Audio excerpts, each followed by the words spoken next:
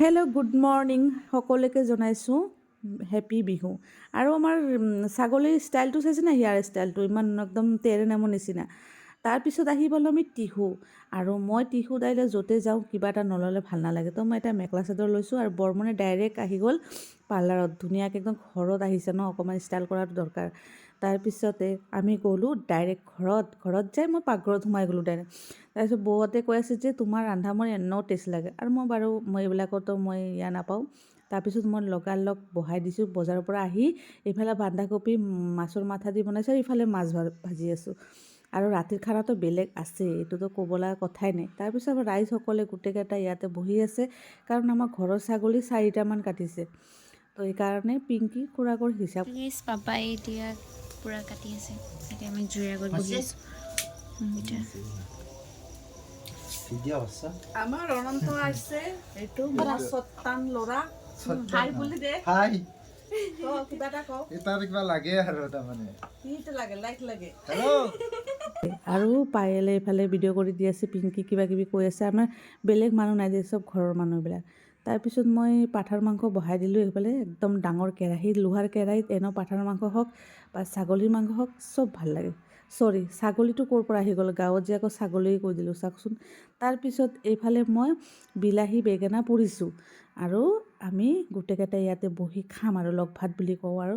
তাৰপিছত দাদাই কৈছে ইমান জুমা ইমান টেষ্টি বনাইছা, বহুত ভাল লাগিছে, দাদা বহুত ভাল পাইছে। আৰু দাদা বৌক এৰি পেলাই মই তো আগত নাখাওঁ, বৌহঁতক আগত দিছোঁ। তাৰপিছত আমি লাষ্টত খাইছোঁ। তাৰপিছত পিংকি, মই আৰু পায়েল বহুত ৰাতিলৈকে আছোঁ, 1:30লৈকে। মোৰ টোপনি নাই, কিয় বা নাই নাজানো।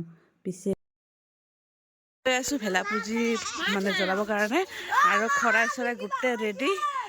এটা ইমান চিলাই আছে কিয়? আৰু এইফালে পায়েল আহি আছে, আৰু ভালিনা আহি আছে। পিংকি আৰু মই একদম দেখাই আছোঁ, ৰ'ব মোৰ লুকছটো পিছত দেখাই আছোঁ।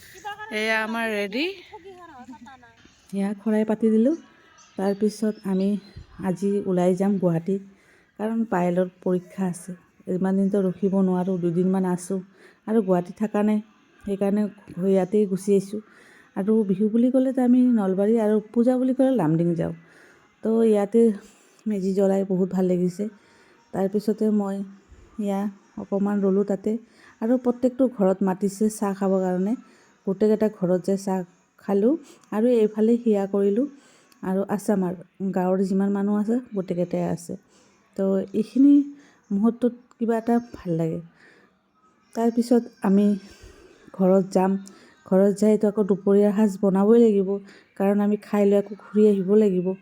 তো বেছি দেৰি নকৰোঁ, আমি ঘৰত যাই ভাত চাত খালোঁ।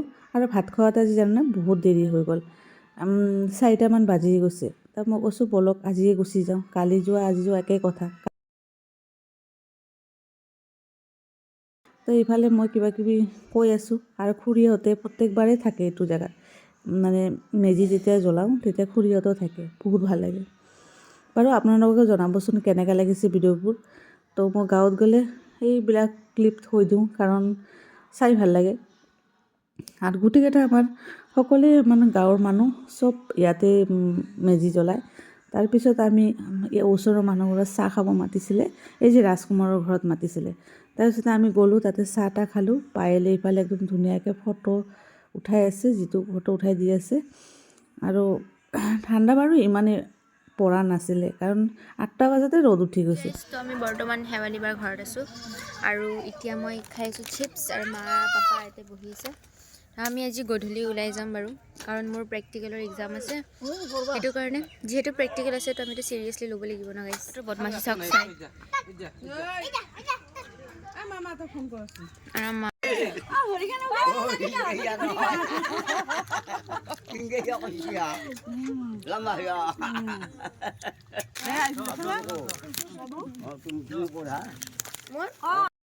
তো বিহুটো কাৰ কেনেকুৱা হৈছে নাজানো, কিন্তু আমাৰ বাৰু ভালেই গৈছে।